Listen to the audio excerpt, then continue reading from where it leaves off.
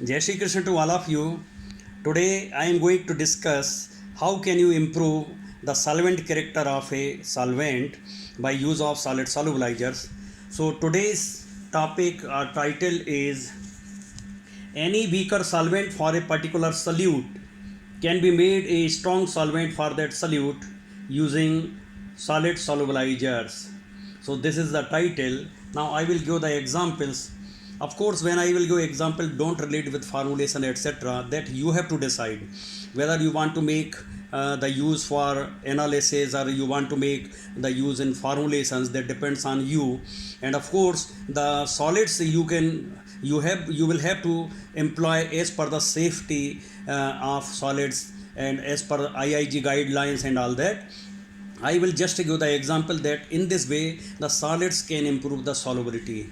So firstly I will discuss about the furosemide. The furosemide solubility in ethanol is about 1.7% and it comes in the category of sparingly soluble. So furosemide is sparingly soluble in ethanol. That's why pharmacopoeial methods of analysis of furosemide API is done dissolving the API furosemide in dimethylformamide, which is a good solvent for furosemide. And but of course this DMF is class 2 organic solvent. It is harmful. Ethanol is a safer solvent, but it could not. It is a class 3 organic solvent. Ethanol is a class 3 organic solvent. It is safer than dimethylformamide, but pharmacopoeia could not utilize ethanol because furosemide is sparingly soluble in that. I have employed 15% niacinamide in ethanol solution for solubility enhancement of furosemide, and the solubility of furosemide in this 15% ethanolic solution of niacinamide was found to be about 5%. So here it comes in soluble category, and I have titrated furosemide API, dissolving it in this solution of niacinamide in ethanol. And in this way, this is one way I am telling you, ethanol could be made a strong solvent like that of DMF, you may say. And in this way, DMF, a class 2 organic solvent, has been replaced by class 3 ethanol, which is safer, by use of a solid solubilizer 15% niacinamide. So this is one way that solid can improve the solubility of a drug in a particular solvent, say for example in ethanol. Now I will discuss one more example.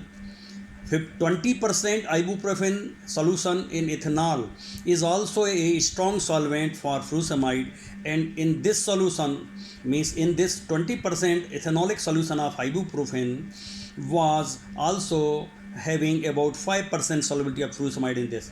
I am not going discussing anything how to use it, but I am saying that a solid, whether it is a drug ibuprofen, but after its dissolution in ethanol, it is improving the solubility of furosemide in ethanol. Another example I will give that of propylene glycol. You can make propylene glycol a strong solvent by proper choice of solid solubilizers for a particular solute. For example, here in this here naproxen is the poorly soluble propylene glycol soluble drug.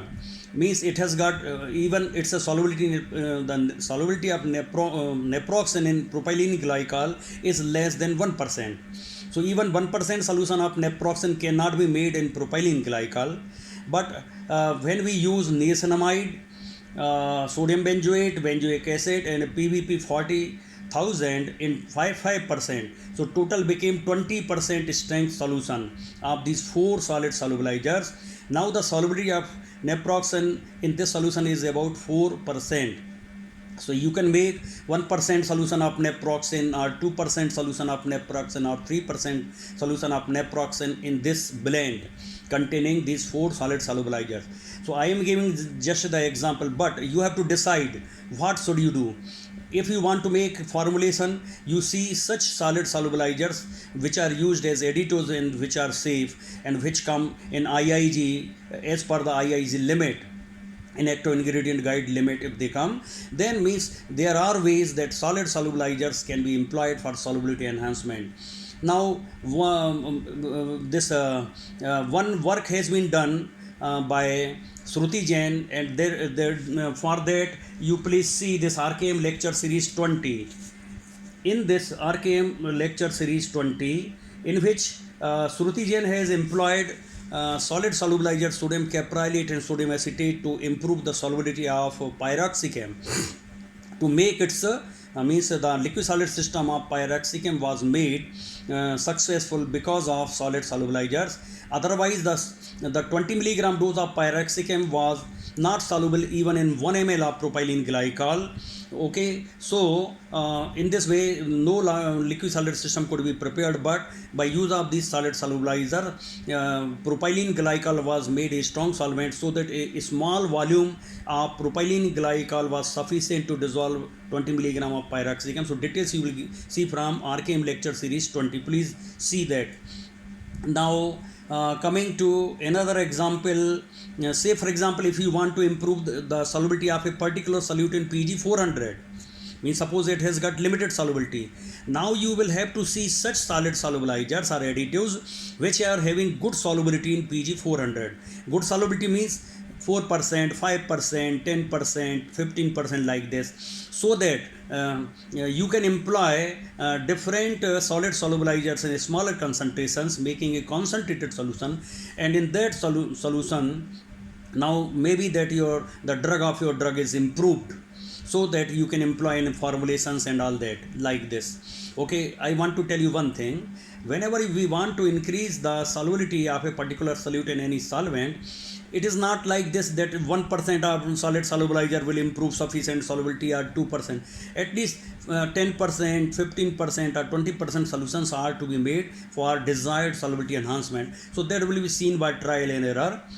Sometimes you will imply say 10%, then 15%, 20% like that. So in this way you will have to see, means you will imply such solid solubilizers which have got good solubility in Pg 400. Similarly, in glycerin also you can improve the solubility using solid solubilizers in the same way. Now I am giving another example.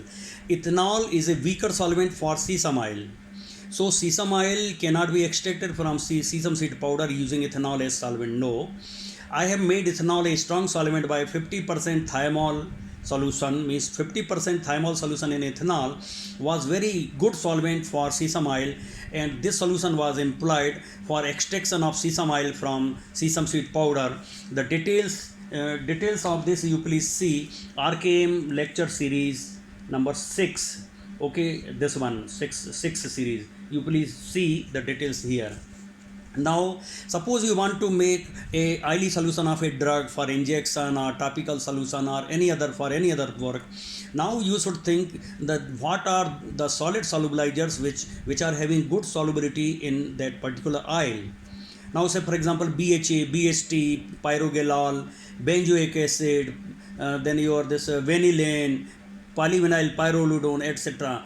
You will these solid solubilizers will be selected and they will be dissolved in oil to the strength of about 15% or 20% or 10%, and then you will select you will determine the solubility of your drug. When you get a desired solubility, you can utilize them. Now one thing I would like to tell you, one more thing is there. Suppose there are 4 solid solubilizers A, B, C, D. Okay, a particular liquid, suppose we are saying suppose it is a oil. So 5% A is soluble in oil easily, 5% B and 5% C. These all are solid additives which are safely employed in formulations. Okay, but D has got solubility of about say 1%. Means you cannot employ it in 5% or 6% or like that. So one more thing is there. Now the solubility of D can be improved by the solvent character of all these ABC. Okay, maybe that if you prepare 15% solution of A, B, C, 5% each in oil, and then you check the solubility of D, maybe that it is also soluble to the extent of 5%. Anyway, so I am telling the ways. So in this way, suppose you are able to make 20% solution of this, then you check the solubility of your drug. Okay, means it is not I am always I am saying again 20%. Don't think that 20% is the necessary solubility. No, not like that. It may be 10%, 12%, 15%, 20%, 30% or like that. So means, but this is also one of the way. Actually, I would like to give the example of some injection of dichloromethane sodium, which was made with the help of niacinamide and caffeine. Actually, caffeine is also a very good solubilizer, but caffeine solubility in water is limited. So the caffeine solubility of the solubility of caffeine was improved in water with the help of niacinamide. So 10% niacinamide, its a caffeine solubility is about say 2% in water, but 10% niacinamide improves the solubility of this caffeine up to 10%. So at room temperature, 10% caffeine and 10% nicotinamide were used to improve the solubility of dichloromethane sodium. But these are the model examples. They are not going to be marketed, but I am telling you, in this way you will have to think that how can you imply solids for solubility enhancement to improve the solvent character of a weaker solvent. So there are so many things. If you have any questions, please ask. I have given the of course this I have given my completed means mobile number, email ID, and all these are there. So you may contact in this way, and you can ask the questions, and please share it to others. Jai Shri Krishna.